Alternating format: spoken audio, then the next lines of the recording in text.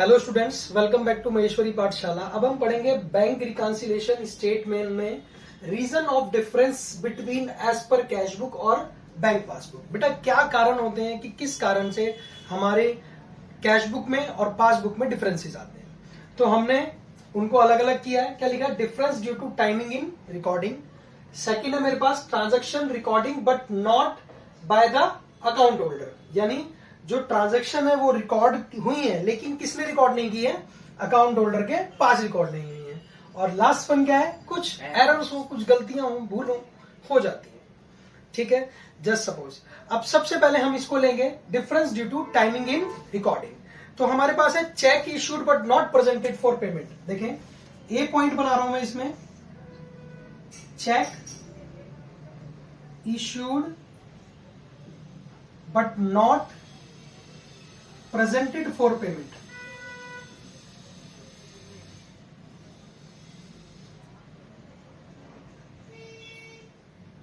ठीक है, हमने चेक तो इश्यू कर दिया लेकिन वो हमारे पास प्रेजेंट नहीं हुआ पेमेंट के लिए।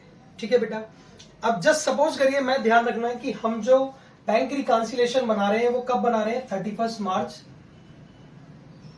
2021 को। ध्यान रखना। ठीक है बेटा, कब बना रहे हैं? 31 मार्च 2020। ठीक।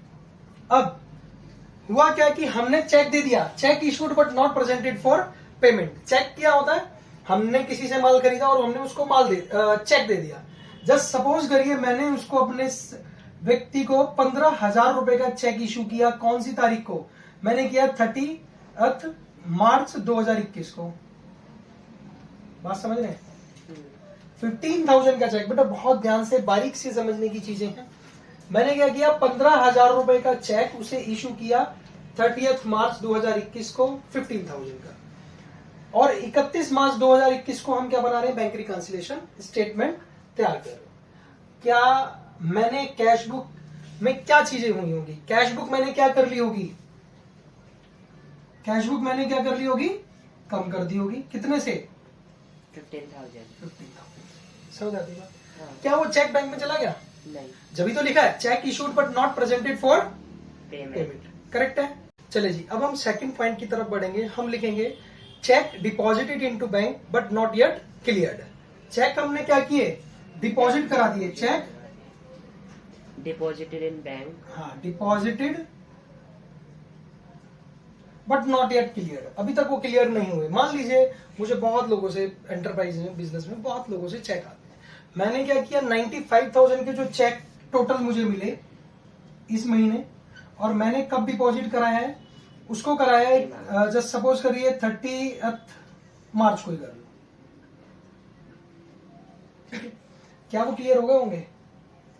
बोलो, क्या वो क्लियर हो गए होंगे एक दिन में? 2 से 3 दिन लगेंगे। यानी मैंने क्या किया? अपनी कैश बुक को क्या कर लिया? बढ़ा लिया। क्या पासबुक बढ़ी? नहीं बढ़ी। तो ये हो गया डिफरेंस ड्यू टू टाइमिंग में। हमारे पास आ गया check issued but not presented for payment. कई बार ऐसा होता है कि कुछ चेक जो है, मान लीजिए वो कह दे कि ये 28 है, मान लीजिए 28 है, 28 मार्च को मैंने डिपॉजिट कराया है। कब कराया है? 28 मार्च को। अब वो कह देगा जी इसमें से 95,000 में से 60,000 के क्लियर हो गए, तो बचे कितने जो भी क्लियर नहीं हुए हैं? यानी 35,000 के अभी क्लियर नहीं हुए। तो 35,000 का डिफरेंस अभी चल रहा है। किस में चल रहा है? पासबुक में चल रहा है। ठीक है, क्योंकि हमने क्या किया? टोटल 95 पढ़ा लिए। किस में? कैश बुक में। लेकिन पासबुक में तो अभी कितने बढ़े? सिर्फ 60,000, क्योंकि बैंक को कलेक्ट हुआ तो बैंक ने सिर्फ कितना बढ़ाया? 60,000। जब ये कलेक्ट हो जाएंगे जब होंगे। लेकिन अभी तो हम क्या बना रहे हैं? बैंक रिकॉन्सिलिएशन स्टेटमेंट 31 मार्च को। तो इसका मतलब 35 का डिफरेंस अभी हमें देखने को मिलेगा। नेक्स्ट पॉइंट क्या है बेटा? Transaction recorded by bank but not yet bye the account holder. हाँ जी, तो इस पॉइंट पे आएंगे। तो इसके अंदर पहला पॉइंट हमारे पास क्या है बेटा? Interest credited by bank but not recorded in cash book. Interest credited bye the bank. बेटा देखो, कभी कभी 15 रुपए, 18 रुपए सेविंग अकाउंट में, 100 रुपए, 125 रुपए, 119 रुपए ऐसे क्रेडिट हो जाते हैं। ठीक है, आपने सेविंग अकाउंट लिया हुआ है और उसके अंदर आपको इंटरेस्ट क्रेडिट हुआ, ठीक है। मान लीजिए आपको 119 रुपए का इंटरेस्ट मिला, क्या बैंक मैनेजर घर आया देने? नहीं। साहब आपको आज 119 रुपए का मिला है और तीनों लोगों में आपकी ख्याति हो गई है और आपको 119 रुपए हमारी बैंक की तरफ से आपको ब्याज दिया गया है, लीजिए संभालिए, ठीक है। 4 गार्डों के साथ आया, वो लेकर के एक बड़े से बक्से में ताला खोला और फिर दिया। पॉसिबल है क्या? नहीं। क्यों? बैंक ने क्या किया, हमारे अकाउंट में डाल दिया, वो घर पे नहीं आएंगे, बैंक ने हमारे अकाउंट खाते में डिपॉजिट करा दिया। अब डिपॉजिट करा दिया, हमें कब पता चलेगा? जब हम पासबुक में एंट्री कराएंगे तो डिफरेंस होगा, यानी कैशबुक क्या होगी उस टाइम? कैशबुक जो होगी वो क्या होगी? कम होगी, और पासबुक क्या होगी? बढ़ी हुई होगी 119 रुपए से। बोलो हाँ। डाउट है कोई? नहीं। चलिए नेक्स्ट पॉइंट क्या है? Bank charges interest charge but by the bank but not recorded in cashbook. हाँ जी, देखें बी पॉइंट क्या आ गया? बैंक चार्जेस, इंटरेस्ट चार्ज, और क्या आ गया? Interest charge. देखें, हमने कोई लोन ले रखा था बैंक से, तो उसके ऊपर क्या देंगे? ब्याज देंगे। तो बैंक क्या करेगी? अपने आप ही लोन का पैसा घटा लेगी, जो इंटरेस्ट होगा वो माइनस कर लेगी। कोई बैंक के चार्जेस लगे हों, मान लीजिए किसी को हमने चेक दिया था और चेक बाउंस हो गया हो, तो बैंक ने क्या लगा दिए? Bank charges. Bank charges. तो मान लीजिए बैंक ने चार्जेस लगाए 590 रुपए, बड़ी बड़ी बैंकें ऐसी लगाती हैं भाई, 18% जीएसटी लगा के 500 रुपए और 18% जीएसटी 90 रुपए, 590 रुपए, ठीक है। बैंक चार्जेस लग गए। अब आपके जो चार्जेस लगे हैं, तो इसका मतलब कैशबुक क्या है? आपका कम है 590 से, या ज्यादा है? कैशबुक आपका ज्यादा है, लेकिन पासबुक क्या है? कम है। क्यों? क्योंकि बैंक ने आपके चार्जेस काटे। होता ना कई बार लोग हिल जाते देख के, अरे ये कैसे कट गए, अरे कट गए, फिर पता चला जी हमारी गलती थी। बात समझ पा रहे? डाउट है कोई? नहीं। चल नेक्स्ट पॉइंट बोल बेटा, क्या लिखा है? Interest and dividends collected by the bank but not recorded in cashbook. हाँ जी, interest and dividend and dividend. Dividend क्या होता है यार? ये कलेक्टेड बाय बैंक। क्या होता है? ये कौन सी चिड़िया है? हमें तो पता ही नहीं।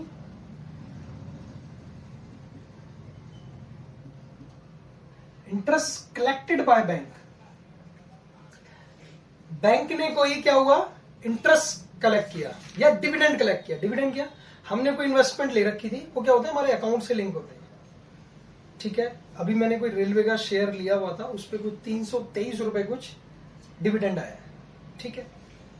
पता कैसे चल गया? मैसेज आ गया। लेकिन यहाँ कुछ मैसेज की बात नहीं है, ध्यान रखना, सब फीचर्स साइलेंट है, मॉडर्न टेक्नोलॉजी नहीं है।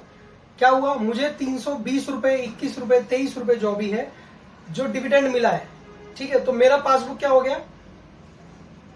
बढ़ गया। कैशबुक कहाँ? वहीं का वहीं। बात समझ पा रहे हैं? डाउट है कोई? नेक्स्ट पॉइंट देखो बेटा, direct payments by bank. Direct payments bye the bank and recorded in cashbook. Bye the bank, फिर आगे क्या लिखा है? And recorded in cashbook. And recorded in cashbook, not recorded in cashbook यार। मैंने बैंकों का, मेरा ना एक इंश्योरेंस चल रहा है LIC से, उसका प्रीमियम जाता है 2500 रुपए महीने का, 6 महीने का सब, ठीक है। 6 महीने के 15,000 रुपए जाते हैं। आप हर साल 6 महीने में जब भी ड्यू हो लेके पेमेंट कर देगा। ऐसे हम बैंक को स्टैंडिंग इंस्ट्रक्शंस दे सकते हैं। कुछ पेमेंट्स होती है हम भूल जाते हैं, तो क्या करते हैं? बैंक को बोल देते हैं कि भाई आप संभाल लेना, जब आपके पास ड्यू आए पेमेंट कर देना। इलेक्ट्रिसिटी बिल, इंश्योरेंस प्रीमियम, कई बार क्रेडिट कार्ड के भी बिल्स वगैरह होते हैं, तो क्या होगा? बैंक क्या कर लेगी? अपने आप डेबिट कर लेगी, ठीक है। मान लीजिए 15,000 रुपए का इंश्योरेंस का प्रीमियम था मेरा, ध्यान से समझिएगा भाई अरुण, 15,000 रुपए का इंश्योरेंस का प्रीमियम था, तो बैंक ने क्या किया? पासबुक में क्या हो गया? पासबुक की वैल्यू कितने से? 15,000 से कम हो गई। क्या पासबुक में चेंजेस हुआ? कैशबुक में चेंजेस हुआ कोई? नहीं। यानी कैशबुक अभी 15,000 से बढ़ी हुई है, ठीक है। समझ पा रहे हैं बात को? नेक्स्ट पॉइंट बोल बेटा, क्या लिखा है? Direct deposited into bank by customer and not recorded in cashbook. ऐसे महानुभाव बहुत कम मिलते हैं, ध्यान रखना। किसी कस्टमर ने हमारे खाते में डायरेक्ट जमा करा दी बिना बताए। होता है ऐसा? होता है, लेकिन अब बहुत कम होता है। बहुत व्यवस्था बड़ी बदल गई है। अगर हो भी गया है तो क्या दिक्कत है? किसी ने हमारे खाते में जमा करा दिए, किसी को माल बेचा था, महाराष्ट्र भेजा था माल, ठीक है, उसने क्या किया, हमें पेमेंट डायरेक्ट डाल दी 50,000 रुपए। तो पासबुक क्या हो गई? बढ़ गई। कैश बुक में कोई चेंजेस आया नहीं, ठीक है, तो कर सकते हैं, ठीक है, ये भी कारण हो गया। नेक्स्ट कॉज क्या है हमारे पास? Dishonour of a bill discounted with the bank not recorded in cash book. हाँ, डिसऑनर ऑफ ए बिल। और क्या लिखा है बेटा आगे? Discounted with bank not recorded in cash book.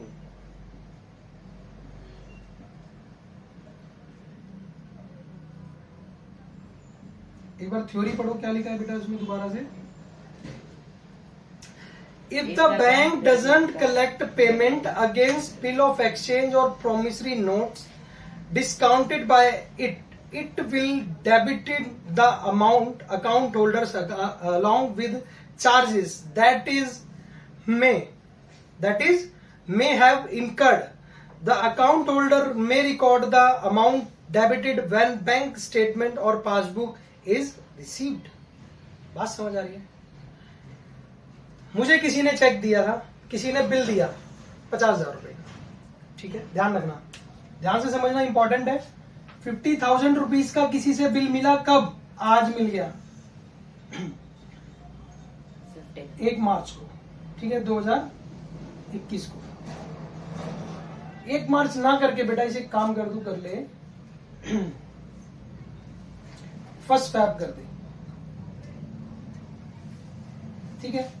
50,000 रुपए का बिल मिला, बीआर मिला, मैं बैंक के पास भागा भागा गया क्योंकि पैसे की आवश्यकता थी। तो बैंक ने कहा जी 1,000 रुपए आपका चार्जेस काटेंगे। कितना काटेंगे? 1,000। और बाकी 49,000 आप हमसे ले जाओ। 1,000 माइनस करके बैंक ने चार्जेस काट के 49,000 मेरे अकाउंट में डाल दिए। बात समझ आती है?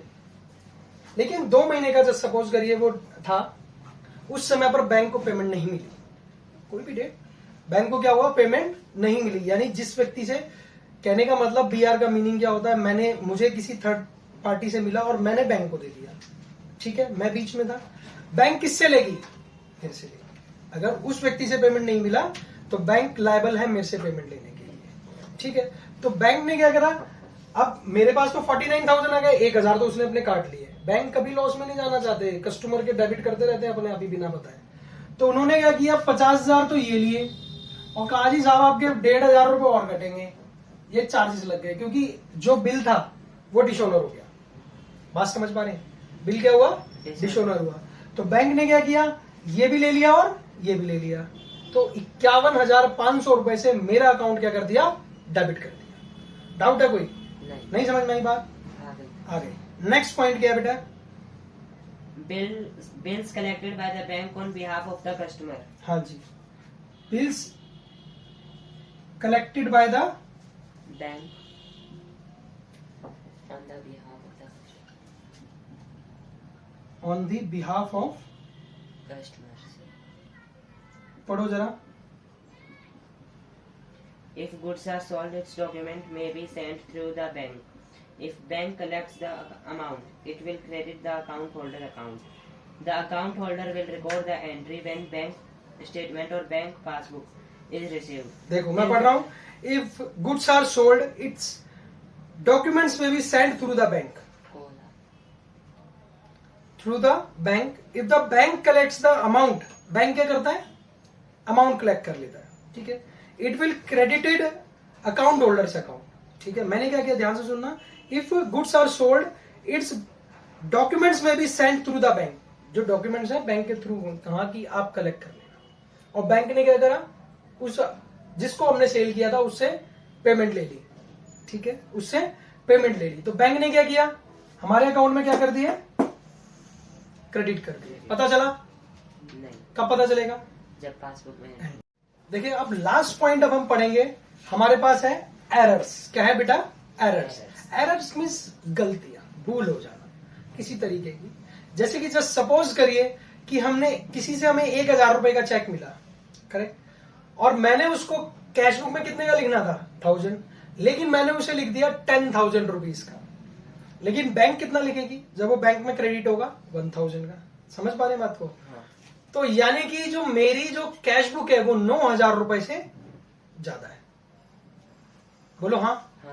क्योंकि मैंने क्या लिखना था, 1,000 रुपए लिखने थे बैंक कॉलम में कैश बुक के, मैंने लिख दिए 10,000, और बैंक ने तो क्रेडिट कितना किया 1000। ये क्या है? एरर है। समटाइम्स बैंक से भी ऐसी एरर्स होती हैं। कुछ एक न्यूज वगैरह में अगर आप पढ़े तो कुछ गरीब लोगों के खातों में करोड़ों रुपए भी आ गए हैं, अरबों रुपए भी क्रेडिट होते हुए दिखे हैं। एक व्यक्ति शादरा का था, आई थिंक दिल्ली का, कहीं बहुत पुराना वाक्य है, तो उसके अकाउंट में करोड़ों रुपए की संपत्ति मतलब कैश क्रेडिट हो गया बैंक से दिवाली के टाइम पर। समझ रहे हैं? तो क्या है ये? एरर। ठीक है। ऐसे ही बैंक से कोई गलती हो जाए, बैंक ने किसी और का कोई चार्जेस था हमारे अकाउंट में डेबिट कर दिया जो नहीं होना था, कुछ किसी और के अमाउंट में क्रेडिट होना था वो हमारे अकाउंट में क्रेडिट कर दिया, तो क्या है ये? एरर्स है। कब पता चलेंगे? जब पासबुक में वो चेक करेंगे। समझ पा रहे हैं? ये सारे के सारे डिफरेंसेस हैं, इनको ध्यान से समझिए। और इनके अलावा कोई और ट्रांजैक्शन में हम नहीं लिखेंगे। 2 ये आ गए और जी तक ये है हमारे पास, 7 कुछ ये हो गए, ठीक है। यानी कि 2 और 7 9 और 1 2 और मतलब 8-10 ट्रांजैक्शन से ज्यादा नहीं है। इन पे थोड़ा सा फोकस करिए, क्वेश्चन अपने आप बनता चला जाएगा। ठीक है। आगे का क्वेश्चन हम नेक्स्ट वीडियोज में पढ़ेंगे, बहुत ध्यान से पढ़ेंगे। Thank you so much for watching this video. Thank you.